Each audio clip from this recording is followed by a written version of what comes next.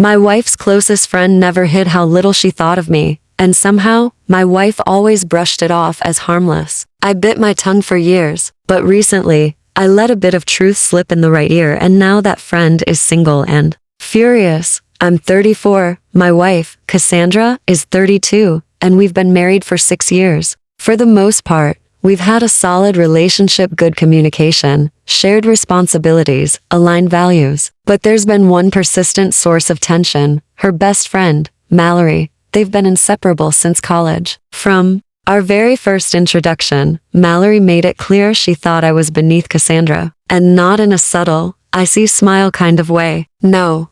She was bold about it. She made sarcastic remarks at group dinners, hinting Cassandra had downgraded from her former, more thrilling life. According to her, Cassandra had traded passion and adventure for something safe and boring. Me. In the beginning, I tried to ignore it. Maybe she was just protective. But her comments got worse over time. She'd joke about my job. I work as a project manager at a solid mid-level company and mock the fact that I wasn't in finance or some hotshot industry. Even my hobbies weren't spared. Apparently, enjoying quiet evenings and board games made me retired in my 30 seconds. She'd say things like, "At least he's tall, right?" That's something. Every time I brought it up with Cassandra, she brushed it off. "That's just Mallory," she'd say. "She doesn't mean anything by it. She's actually very kind once you know her." This is the same woman who whispered at our wedding that we wouldn't last 2 years, who urged Cassandra to spend our anniversary in Vegas without me, and who constantly brought up her beloved ex, Bryce, the rich, exciting investment banker. 3 weeks ago, the final straw came at Mallory's engagement party. Yes, somehow she found a man, Garrett, a decent guy who runs a tech consulting firm. During the party, Mallory got tipsy and gave a toast. It started with the usual praise for Garrett, but soon veered into something else. She launched into a speech about how some people choose stability over passion, staring directly at Cassandra. Then she glanced at me. "And some people wait for something real." She raised her glass to Garrett, who looked deeply uncomfortable. Later that evening, I overheard her talking to a group of people, Cassandra included. She said, "Well, at least Cass married someone dependable. Some folks are just content with safe and slow, you know? Netflix and same old sex forever." Cassandra actually laughed. When I pulled her aside to say that was out of line, she waved it off again. "Oh, she was drinking. She didn't mean it like that." I reminded her how personal the comment was, but she told me I was being too sensitive. "She's just happy and being silly." So I said, "I understand, that's all." I didn't argue anymore. Cassandra kissed my cheek and went back to the party. As I stood watching the room, I noticed something odd. Mallory was grinning at her phone, texting someone. Garrett was right next to her, but she kept hiding the screen anytime he glanced over. It wasn't the first time I'd seen her do that same behavior at other events, always with a quick excuse. "Work stuff," she'd say. I wasn't proud of what I did next, but I was tired of being dismissed. When she left her phone and attended on the bar to go dance, I noticed a few preview messages on the lock screen. 3 messages from someone named Derek. "Can't wait for next Tuesday," one read. "Same hotel?" said another. That's all I saw. I didn't touch the phone, just walked away. But it was enough. The next morning, I got a LinkedIn request from Garrett. He'd mentioned at the party that he might need help with some project management work. Perfect. I accepted and sent him a casual message. Thanked him for the party, mentioned I'd love to connect about work. Then I added, "Small world think. I know a Derek from Mallory's office. Tall guy. Works in accounting, right?" He mentioned something about a big deadline Tuesday. Totally innocent, right? Just conversation. He messaged back quickly. "That's strange. I don't think we have a Derek in accounting." I replied, "Might be another department. Maybe I got it mixed up. Anyway, let's talk Thursday." That was 5 days ago. Since then, word has gotten around. Garrett started digging. Turns out Derek is not a co-worker, he's her personal trainer. Those mysterious Tuesday work meetings? Turns out they were hotel lunches and who knows what else, every other week for the last 8 months. The wedding's off. Garrett ended it. Mallory moved back in with her parents. And funny enough, she hasn't reached out to Cassandra once since it all blew up. Cassandra's been quiet too. No big fights. But the silence is different, tense, like she knows something's up but doesn't want to admit it. A few days after everything unraveled, she finally asked me directly, Did you say something to Garrett about Derek? I looked her in the eye. We were chatting about work. I just said I thought I knew a Derek from her company. That's all. She stared at me. Mallory thinks you saw something on her phone. Did you? I didn't answer that. I said, that's not really the point. So what is the point? She asked. I think that's when it hit her. All those years of defending Mallory. The digs, the disrespect, the jokes about my job, our sex life, my worth. And I'd stayed quiet until now. She looked genuinely upset. You ruined her life, she said. Her wedding's off. She's a mess. Garrett won't even talk to her. I didn't lose my cool. I mentioned a name. That was enough to unravel everything. Then maybe the problem wasn't me. She just stared at me, then walked away. 2 days later, things got stranger. I came home and found Mallory in our living room, on my couch, like she owned the place. Apparently, Cassandra had let her in. Before I could even speak, she started. You need to fix this, she said. Fix what? Don't play dumb. You sabotaged my engagement. Call Garrett. Tell him you lied. I didn't lie. You made him doubt me. I sat across from her and really looked at her. No Cassandra in the way. No excuses or filters. She looked awful, tired, worn down. No makeup, hair tied back, wearing sweatpants like she'd been living in them. The same woman who once laughed at how boring I was now looked like she hadn't seen sleep or self-respect in a week. I didn't feel triumphant. I didn't feel guilty either. She kept going, trying to guilt trip me. You ruined my future. I said, no, you did that yourself. I just happened to be around when the truth slipped through. And that was it. No yelling, no drama, just silence. She left. Cassandra hasn't brought her up since. For once, peace lives in our house. And I don't feel sorry for it. Not one bit.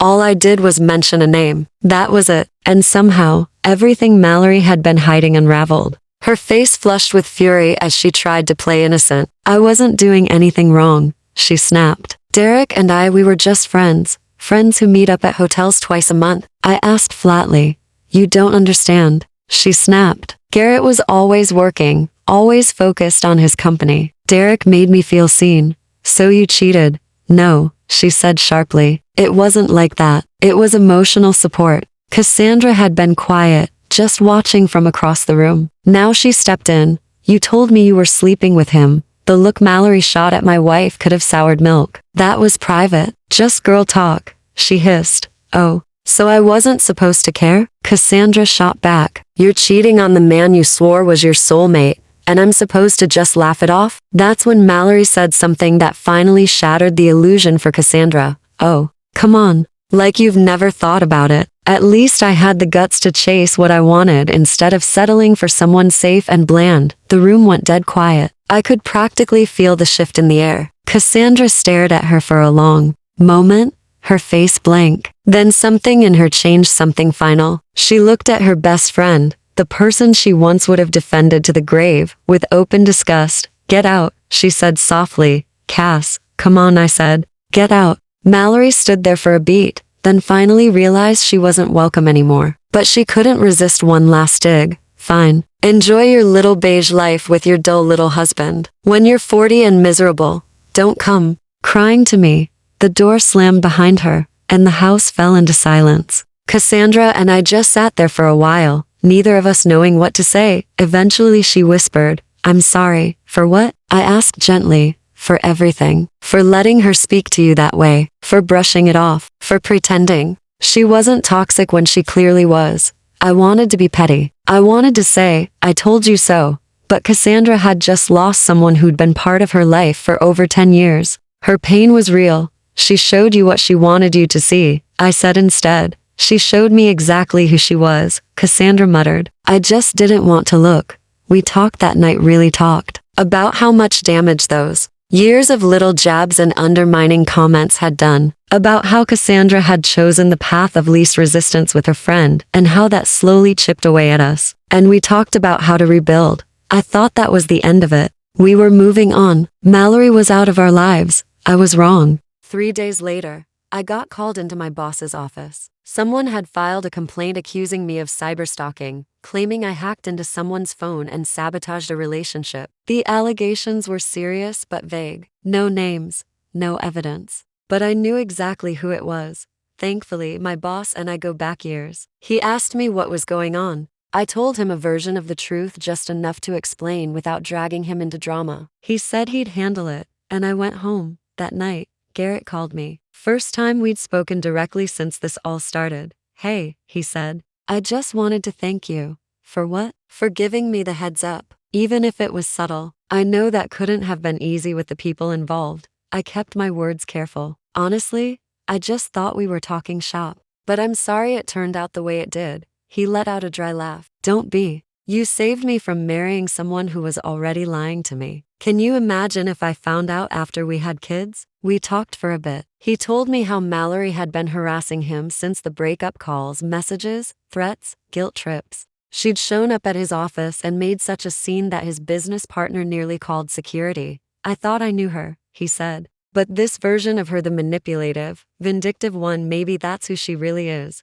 I thought about all the jabs over the years. The smug little digs. Yeah, maybe it was. When I told Cassandra about the complaint at work and the call with Garrett, she looked pale. "She called me today," she said quietly. 27 times. Left voicemails. Said I betrayed her. Said I chose you over her. That I'd regret it when I realized how boring you really are. 27? I said. "Yeah," she nodded. I saved the voicemails. That's when we both realized this wasn't just emotional fallout. This was a full-blown obsession, and it wasn't going to stop on its own. "I think we need to talk to a lawyer," I said. Cassandra agreed. She had a cousin who knew someone that handled harassment cases. Meanwhile, Mallory had taken her meltdown public, subtle posts online about backstabbers and fake friends, painting herself as a victim of betrayal. Nothing direct. Nothing we could call out. But people started noticing. Her narrative didn't quite add up. But that didn't stop her. She messaged clients from a fake profile, trying to tank my professional reputation. She sent an anonymous tip to Cassandra's workplace suggesting she was misusing company time. She posted in local community forums, labeling us as dangerous neighbors. And she even left a fake 1-star review on Garrett's business page, calling him controlling and unstable. That last move finally pushed Garrett over the edge. He filed a defamation lawsuit. His attorney subpoenaed her phone records. And that's when the truth really came out. Derek wasn't the only one. There were others. A bartender from a girls' night out. A guy from her gym. An ex from college. It wasn't just infidelity. It was a network. Carefully planned. Frequently executed. Hotel stays. Secret rendezvous. All there. In black and white. And the cherry on top. She was drowning in debt. The designer bags, luxury meals, spontaneous trips, all funded on credit. Over $60,000 owed. Garrett had suspected something was off when they talked wedding expenses. Now he knew the plan. Marry him, dump the debt on him, and keep her backup men just in case. When this hit the legal system, word spread fast. Everyone had a story. Friends she borrowed money from and never paid back. Events where she conveniently forgot her wallet. The high-end life, all fake, all borrowed, all crumbling. Cassandra took it hard, not because she missed her, but because she felt ashamed for ever defending her. We started seeing a counselor together. The sessions helped, not just with this incident, but with years of tension that neither of us had fully acknowledged. We rebuilt trust, realigned priorities, found our balance again. We made new friends, real ones. I got a promotion at work. Cassandra started sleeping better. We were finally free of the constant pressure of walking on eggshells. And then, one afternoon, we saw her at a coffee shop, alone, laptop open, looking defeated.